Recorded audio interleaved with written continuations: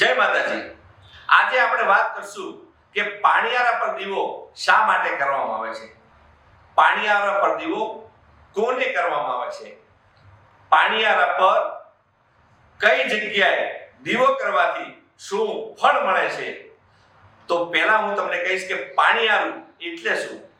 ગામડાના જે લોકો છે એ તો બધા જાણતા જ હશે કે પાણિયારું એટલે જે પાણીનું માટલું હોય અને જે માટલા મૂકેલા હોય તો ઘરમાં એક જગ્યા હોય અને ત્યાં સરસ મજાનું પાણિયારું બનાવેલું હોય, ઘડા મૂકેલા હોય, એને પાણિયારું કહેવાય। પણ આપણે લોકો હવે સિટીમાં આવી ગયા, સિટીની અંદર રો હાઉસ, ફ્લેટ, સરસ મજાના બેડરૂમ બનાવ્યા હોય, હોલ બનાવ્યા હોય, કિચન બનાવ્યું હોય, પણ આપણી પાસે પાણિયારું નથી। એટલે આપણે શું કરતા હોઈએ છીએ કે જે કિચન બનાવેલું છે એનામાં એક ખૂણો છે ત્યાં આપણે પાણીનું માટલું અથવા પાણીનો ગોળો મૂકતા હોઈએ, એટલે આપણું એ પાણિયારું કહેવાય છે। પાણિયારા પર જે આપણે દીવો કરીએ છીએ તો એ દીવો આપણે કોને કરતા હોઈએ તો આપણા જે પૂર્વજ છે એમને આપણે દીવો કરતા હોઈએ છીએ પાણિયારા પર। અને તમારા પૂર્વજો ખુશ થાય, પાણિયારા પર દીવો કરો છો અને તમારા તમામ ધારેલા કામ જે છે ને એ પૂરા થઈ જાય છે સાહેબ।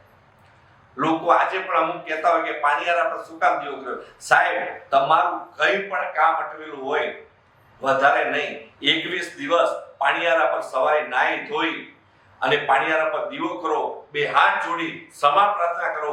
પૂર્વજો સામે ક્ષમા પ્રાર્થના કરવાથી આપણે નાના થવાના નથી, કેમ કે પૂર્વજ જે છે એ આપણા બાપ દાદા વડવાઓ છે, એમની જોડે હાથ જોડી માફી માંગવાની છે કે હે દાદા, હે પૂર્વજો, તમે તો પૂર્વજ છો, અમારા પર હંમેશા તમારી કૃપા દ્રષ્ટિ રાખજો, હંમેશા આપણે ખુશ રાખજો અને અમારા જે કામો છે એનો વિલંબ થાય છે, જે તમારા ધારેલા કામ છે એ નથી થતા, એ પલ ભરમાં તમારા કામ થવા માંડશે। એટલે સવારમાં તમારે દીવો કરવાનો છે અને સાંજે જ્યારે કામ ધંધો કરીને ઘરે આવો છો ત્યારે ફરીથી બે અગરબત્તી લઈ અને પાણિયારા પર કરવાની છે। તમારા તમામ કામ જે અટકી ગયા છે એ કામ પૂરા થઈ જશે અને તમારા જે મનમાં તમે વિચારેલા જે ધાર્યા કામ વિચાર્યા છે કે મારે ગાડી જોઈએ, મારે બંગલો થવો જોઈએ, મારે ફ્લેટ લેવાનું સપનું હતું, સગાઈ કરવાની હોય તો સગાઈની વાત ફિક્સ થઈ ગઈ હોય અને એન્ડ ઉપર આવી અને બધું વેરવિખેર થઈ જતું હોય છે, તો તમે પાણિયારા પર દીવો કરશો અને ખરી શ્રદ્ધાથી તમે હાથ જોડશો તો તમારા દરેક કામ છે એ પૂરા થઈ જશે।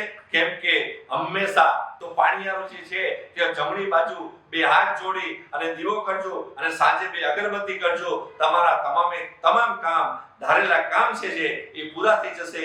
જય શ્રી રામ, જય શ્રી કૃષ્ણ।